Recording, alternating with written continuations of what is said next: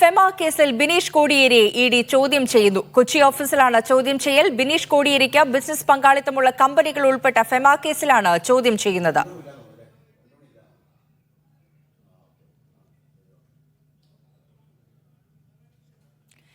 S Sharan കൊച്ചിയിൽ നിന്ന് വിവരങ്ങൾ നൽകാൻ ചേരുന്നുണ്ട്. ശരൺ, ബിനീഷ് കോടിയേരിയെ ഇഡി ചോദ്യം ചെയ്യുന്നത് ഏത് കേസിലാണ്? ചോദ്യം ചെയ്യൽ എപ്പോഴാണ് തുടങ്ങിയത്? പരിശ ഈ ഫെമ നിയമലംഘനവുമായി ബന്ധപ്പെട്ടുള്ള കേസിലാണ് ബിനീഷ് കോടിയേരിയെ ചോദ്യം ചെയ്യുന്നതാണ് നമുക്ക് അറിയാൻ കഴിഞ്ഞിട്ടുള്ളത്. ഇന്ന് രാവിലെ 10:00 കൂടിയാണ് ഇഡിയുടെ കൊച്ചി ഓഫീസിൽ ബിനീഷ് കോടിയേരി ഹാജരായിരുന്നത്. ഇപ്പോൾ ഏകദേശം 2.5 മണിക്കൂർ പിന്നിട്ടിരിക്കുകയാണ് ഈ ചോദ്യം ചെയ്യൽ.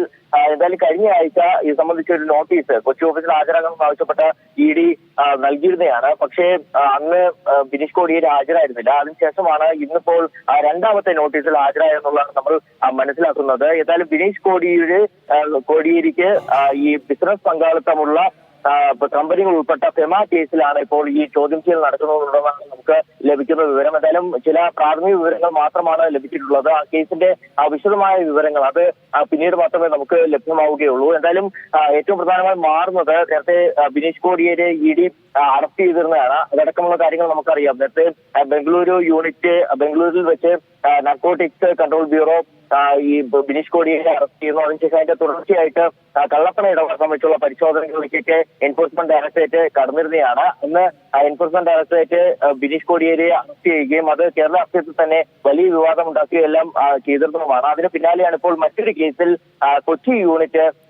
ഇഡിയുടെ കൊച്ചി യൂണിറ്റ് ബിനീഷ് കോടിയേരിയെ ചോദ്യം ചെയ്യുന്നത്. ഇന്ന് രാവിലെ 10:00 കൂടിയാണ് ഈ ഫെമ നിയമലംഘനവുമായി ബന്ധപ്പെട്ടുള്ള കേസിൽ ഇഡിക്ക് മുന്നിൽ ബിനീഷ് കോടിയേരി ഹാജരായിരിക്കുന്നത്.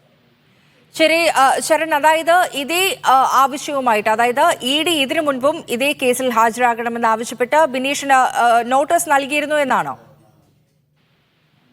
നേരത്തെ കേസുമായി ബന്ധപ്പെട്ടല്ല എന്നുള്ളതാണ് നമ്മൾ മനസ്സിലാക്കുന്നത്. അതായത് ബംഗളൂരുവിൽ നമുക്കറിയാം, ബംഗളൂരിൽ രജിസ്റ്റർ ചെയ്ത കേസ് അത് നാർക്കോട്ടിക്സ് കൺട്രോൾ ബ്യൂറോയുടെ കേസായിരുന്നു. അതിനുശേഷം അതിന്റെ തുടർച്ചയായിട്ടാണ് കള്ളപ്പണ ഇടപാട് സംബന്ധിച്ചുള്ള പരിശോധനകളിലേക്ക് എൻഫോഴ്സ്മെന്റ് ഡയറക്ടറേറ്റ് കടന്നിരുന്നത്. അതിൽ തന്നെ മാസങ്ങളോളം ജയിൽ ശിക്ഷ അനുഭവിക്കുന്ന ജയിലിൽ കിടക്കുന്ന സാഹചര്യവും ഉണ്ടായിരുന്നു ബിനീഷ് കോടിയേരി. ഏതായാലും ഇതൊരു ഫെമ നിയമലംഘനവുമായി ബന്ധപ്പെട്ടുള്ള കേസെന്നാണ് നമുക്ക് അറിയാൻ കഴിഞ്ഞിട്ടുള്ളത്. ബിനീഷ് കോടിയേരി ഉൾപ്പെട്ട അല്ലെങ്കിൽ ബിനീഷ് കോടിയേരിക്ക് ബിസിനസ് പങ്കാളിത്തമുള്ള കമ്പനി ഉൾപ്പെട്ട ഫെമ നിയമലംഘന കേസിലാണ് ഇപ്പോൾ ബിനീഷ് കോടിയേരിയെ ചോദ്യം ചെയ്യുന്നതെന്നുള്ളതാണ്. എന്തായാലും രണ്ടാമത്തെ നോട്ടീസാണ് കഴിഞ്ഞ ദിവസം എൻഫോഴ്സ്മെന്റ് ഡയറക്ടറേറ്റ് ബിനീഷ് കോടിയേരിക്ക് നൽകിയിരുന്നത്. ആദ്യ നോട്ടീസ് അത് കഴിഞ്ഞ ആഴ്ച കൊച്ചി ഓഫീസിൽ ഹാജരാകണമെന്ന് ആവശ്യപ്പെട്ടാണ് നൽകിയിരുന്നത്. പക്ഷേ അന്ന് ബിനീഷ് കോടിയേരി ഹാജരായിരുന്നില്ല. തുടർന്ന് രണ്ടാമത്തെ നോട്ടീസിലാണ് ഇപ്പോൾ കൊച്ചി ഓഫീസിൽ ഹാജരായിരിക്കുന്നത്. ചില രേഖകൾ, അതായത് ഈ കേസുമായി ബന്ധപ്പെട്ടുള്ള ചില രേഖകൾ ഹാജരാക്കാനും ബിനീഷ് കോടിയേരിയോട് എൻഫോഴ്സ്മെന്റ് ഡയറക്ടറേറ്റ് ആവശ്യപ്പെട്ടിരുന്നു. ആ രേഖകളുമായിട്ടാണ് ഇന്ന് കൊച്ചി ഓഫീസിൽ ഹാജരായെന്നുള്ളതാണ് നമുക്ക്